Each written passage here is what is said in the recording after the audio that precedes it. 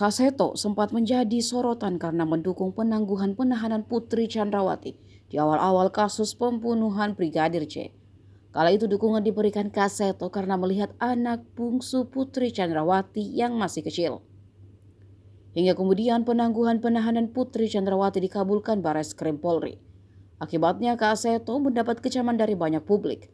Kini setelah tahu status anak bungsu Putri bukanlah anak kandung, Kak Seto mengaku kena prank istri Verdi Sambo.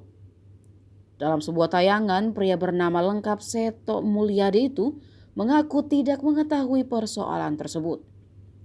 Kebenaran soal putra bungsu Putri dan Sambo terungkap saat ajudan Daden menjadi saksi dalam persidangan beberapa hari lalu.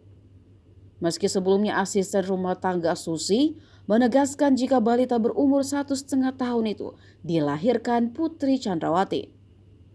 Namun setelah ajudan Daden mengaku tidak pernah melihat Putri dalam kondisi hamil, Susi mencabut keterangan bohongnya di pengadilan sebelumnya.